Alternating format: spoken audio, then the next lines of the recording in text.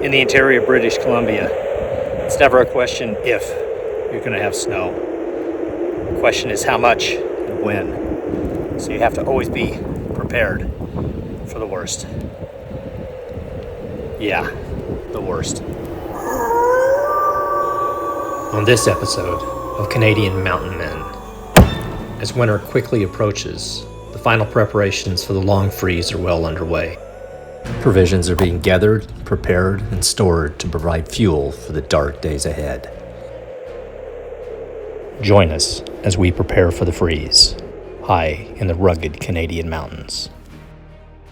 One day you're basking in the last days of fall, and the next you're buried in mountains of white.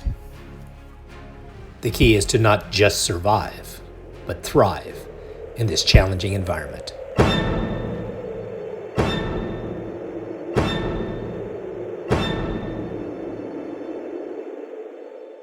Taking a page out of my old Boy Scouts of America handbook, being prepared is crucial in any environment. Add sub-zero temperatures and heavy snow to the mix, and you have to be extra prepared.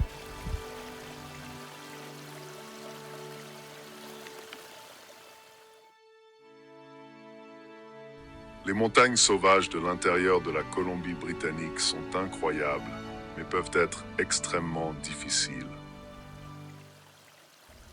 Peu importe qui ou ce que vous êtes, ce terrain est un environnement exigeant et potentiellement dangereux. Mais je dois dire que c'est là que je préfère être. Hello and welcome to the first episode of Canadian Mountain Men. This episode touches on skills and knowledge that we will expound upon in upcoming segments. Our mission is to explore, demonstrate, and discuss what it takes to be self-sufficient and safe while exploring the wilderness. Whether hiking, camping, hunting, fishing, 4x4ing, off-grid living, or a bit of all, we hope you will find this knowledge to be beneficial and subscribe.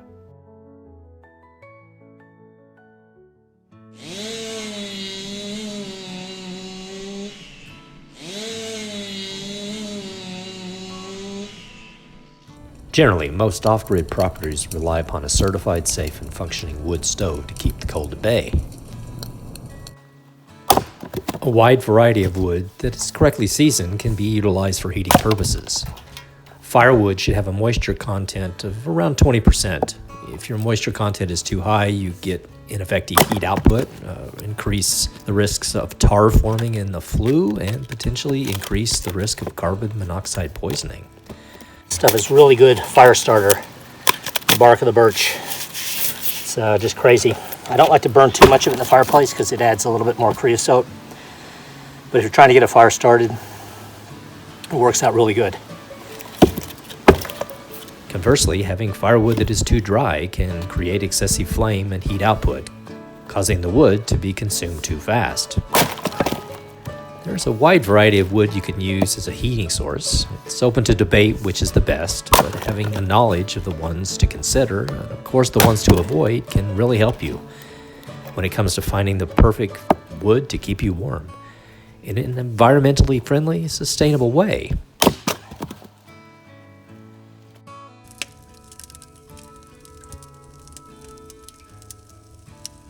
There's a wide range of wood that can be used as a heating source. It's open to debate which was the best, but having knowledge of the ones to consider, and of course the ones to avoid, can help when it comes to finding the perfect wood to keep you warm. Of course, harvesting wood should be done in an environmentally friendly, sustainable way. Generally, you should utilize the trees you can source locally, so each region will have one or two powerhouses. In the Missouri Ozarks, where I grew up, oak was king, followed by maple and ash. Here in BC, Douglas fir is the primary wood burnt in our region. Now, the white birch I use for my property is in the middle of the list, but it's free and abundant. It's worth noting, cedar is perfect wood for fire starter kindling, but burns too fast to provide the needed long-burning coals for heat retention. Switch it over to hopefully centigrade. Yeah, it's a little cold, so -4. See, that's the thing, centigrade Fahrenheit, -4. It's the same on the outside. Switching over to Fahrenheit, you know it's 24 in here and 26. So I'm just a fan of the Fahrenheit. What I found is this is called fat wood. The other thing I like to use is, since we're Canadian mountain men, use the Canadian Tire flyers after we've gone through and purchased anything that we needed out of there. It's my favorite store. So anyway, what I normally do is get a few of those going in, take and put the fat wood in, a little bit, kind of a little bit of a teepee, stack them up. That way you get it going. And then I'll put a few more pieces of paper in front of it. So what you end up with is a decent bed to start with. This will be interesting to see. Last time I was up, these were so cold that they wouldn't light. The butane was too cold to light. Like the old Boy Scout in me always has backup plans, and I mean, like I said, if I warm this up, it'll do it. But what I'm going to do is grab some of the matches I've got. So look at that, got it going.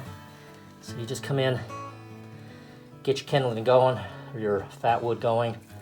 Once it's kind of lit and going, I come in with my actual kindling, and this is some leftover stuff when we redid the roof, the cutoffs. Most of it is probably cedar. And the thing about cedar, it's actually, as we've talked about, it's really good kindling. It'll burn fast and get going. That'll get burning. I might put a couple more pieces of kindling in. But I usually keep a supply of already prepped wood in the inside, so it's good and dry and I don't have a big issue with it. Make sure it has enough air to breathe. You don't want to pack it in so tight that it can't. And then normally what I do is until it gets going, I'll kind of partially shut the door, which you'll see what happens is it really starts shoving air in through there. It becomes like a little furnace, and that'll get the fire going. So you see how easy it can be if you have all the right stuff for getting your fire going. Yeah, this stuff is going to burn really good. Yeah, I've got to get all this fuel collected before dark. It's all about getting prepped. You want to get it as prepped as you can so that, when nighttime comes, you're kind of situated and you can actually start, doing what we came out here to do. Kind of attract Bigfoot, as we say, or Sasquatch, whichever name you want to go by. But in Canada, we tend to go Sasquatch. Using the same techniques that I did with the wood stove, we got a nice little campfire going here. One interesting thing that people don't think about is what we're actually seeing here in the flame is actually the sun's energy. So when we are burning wood, a campfire, we are actually releasing the energy of the sun. Pretty interesting. Something to think about. Here's a little cool project for fire starter. I'm sure you've all got these egg cartons that after you're done with them, what do you do with them? You recycle them, but you can use them for other stuff too. What do you do when you got dryer vent? It's always pretty. It's like really cool stuff. One nice thing to do with that is to build a fire starter with that. So what you do is you take pieces of this, kind of wad it up and get it to about the size that you want to fill these little cups, and just stick it in here. And then what you do is put melted wax over these.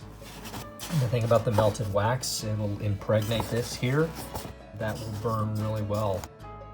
And once you're in this situation in the bush, or you can grab off a couple of pieces of this, just rip off a little section.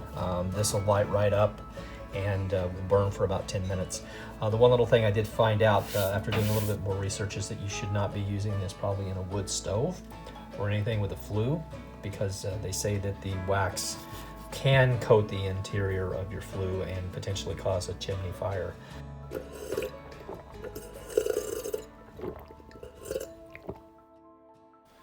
Got a little bit of snow going on.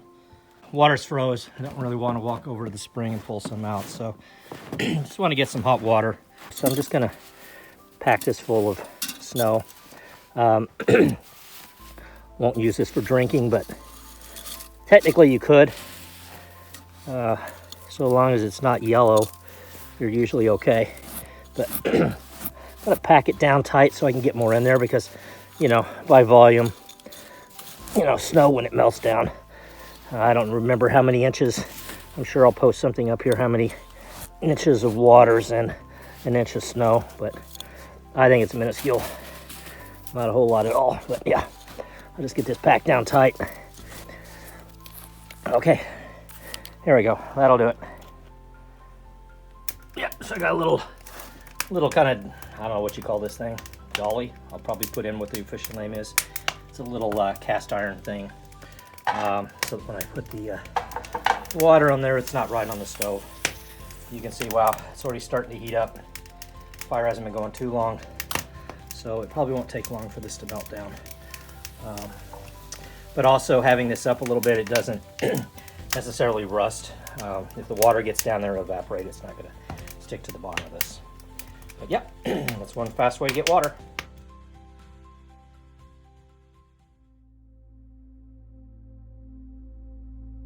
When opportunity knocks, you have to act. As the old saying goes, a bird in your hand is better than two in the bush. At an early age, back in the rugged hills and hollers of the Missouri Ozarks, I cut my teeth and helped fill my little tummy by helping with the hunting and fishing chores. Didn't realize at the time, but we were on the poor side, and any game we could bring to the table provided a much-needed source of protein. In fact, food acquisition was pert near a year-long activity. Spring was the start of the gardening season, and that carried through to the fall harvest. Having a well-tended garden is crucial in order to have the vegetables, whether they're canned or frozen, to supplement your winter diet. I remember the winter treat of frozen blackberries Grandma would serve us. Such a special dish to bring back the memories of the fall harvest. Summer and into the fall is also the heart of the fishing season. If you're lucky, you could store its bounty for the winter months by freezing or smoking your harvest. Now, when I say smoking, I'm not saying you roll it and smoke it. The fall runs of salmon have historically been one of the mainstay proteins for the local people. One salmon could easily provide multiple meals for a family. With the spawning of the salmon, you also had access to trout and other fish that were greedily feeding up the freshly spawned eggs. The fall run is one to behold and should be witnessed at least once in a person's life. And I must reiterate, if you're fishing for trout behind the salmon beds, which are called redds, do not wade out in the water and disturb the salmon eggs. You should stay on shore or shallow and cast in after that. Being out on these excursions are not just about food acquisition, but there are a few small gems of experiences that memories are made of. The haunting sound of the loon reverberates deep into your soul and is an experience that is rarely forgotten. With the exception of the Canadian spring bear and turkey season, the fall is the primary season of the hunt. Small game, birds, and larger animals are always a welcome addition to the larder. Waste not, want not. Contrary to most people's understanding, fully cooked and processed bear meat is an excellent and tasty form of protein. Smokies and pepperoni are an excellent way to preserve the meat for year-round consumption. And of course, the ultimate freezer fill is a Canadian moose or elk. Remember, this is hunting and fishing, not shopping. Taking the life of a creature is part of our nature, and reminds you too that we are part of the food chain. And yes, we are potentially on someone else's menu when we are out in the woods. Well, hello again. Another cold week. Got a little bit of snow after I left, but not a whole lot.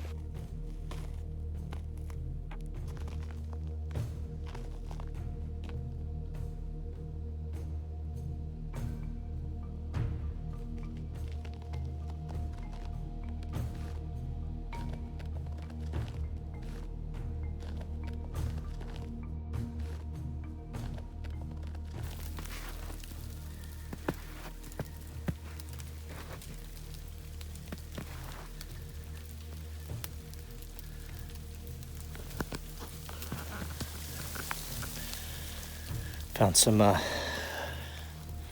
cougar prints. Went through where I had my trail camera, but it hugged the tree. So, and plus I had switched the cards out and was going to put new batteries in a couple weeks ago. We just did it today, so we'll see if it comes back tonight. But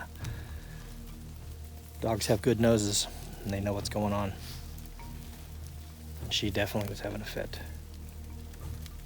But I've been tracking through here. It's kind of walked all through areas here too. Caught up with the trail back up in there, but initially it was over here that I saw the trail and went this way and went back up that way. So it just kind of roamed through. It's hungry. It's looking for critters, just like I am. Yeah, terrain like this, you just really have to be careful for cougars, because they like to get up and stay on these little shelves, so they get a good vantage point of anything coming down the trail here.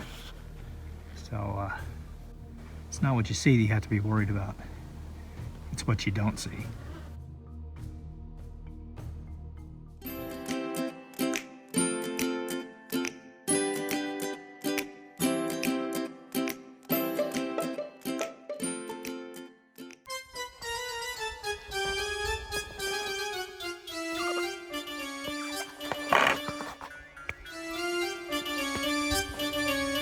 Another great white north activity that can help break the winter blues and add some additional protein to your diet, if you are lucky, is ice fishing. It's recommended, if you're ice fishing, to bring along a buddy. This is a buddy. His name's Mark. On your way out, you should monitor the depth of the ice and also watch out for these ice holes.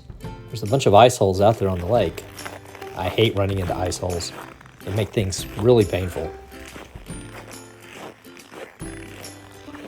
So after you've dug your own ice hole, it's time to get fishing. Yeah. And while you're sitting out on the ice, always keep an eye open for your buddy, just in case they're doing something stupid. Yeah, definitely when you're ice fishing, you really have to monitor the ice conditions. One day it might be awesome, the next day it could be pretty bad.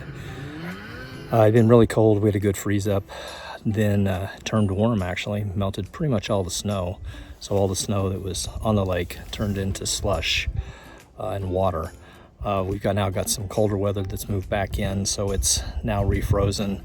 There again, that's always tricky because it's hard to tell if you've got good ice or punky ice. You just have to really monitor it. So as you travel out, basically you just kind of need to check your depth of the ice if you're going out quite a ways. Normally inshore, the ice is a little thicker, and the more you move towards the center of the lake, it'll thin up. That's the general rule. It's kind of the same way with the thawing. I mean, it starts thawing at the shore, and because right now along the shore there's definitely some melt that's occurred, but out here it's not too bad. So safety first, everybody. Just keep safe. When you're first standing on the ice, survey it, look for any hazards that might be something to watch out for. Definitely look out for beaver dams or logs sticking down into the water. Those tend to warm up. The ice can be a little bit more thin around them, so you definitely don't want to get near them. Now, one of the favorite parts of ice fishing is buying your lures. What will the fish want? It's funny, these things are actually designed to catch our attention. Ooh, what moved there? It's like, I think the lure companies have figured it out. Let's sell to the people, not to the fish. And if you've had a lucky day, you'll end up with fish like this. We didn't have a lucky day. These are not our fish. This is a photo I found on the internet. Sorry. Anyway, I hope you liked this little intro to Canadian Mountain Men. We'll be back with more, definitely. Some future episodes, more in depth, a little bit more interest. You guys have a great day. Hope to see you soon.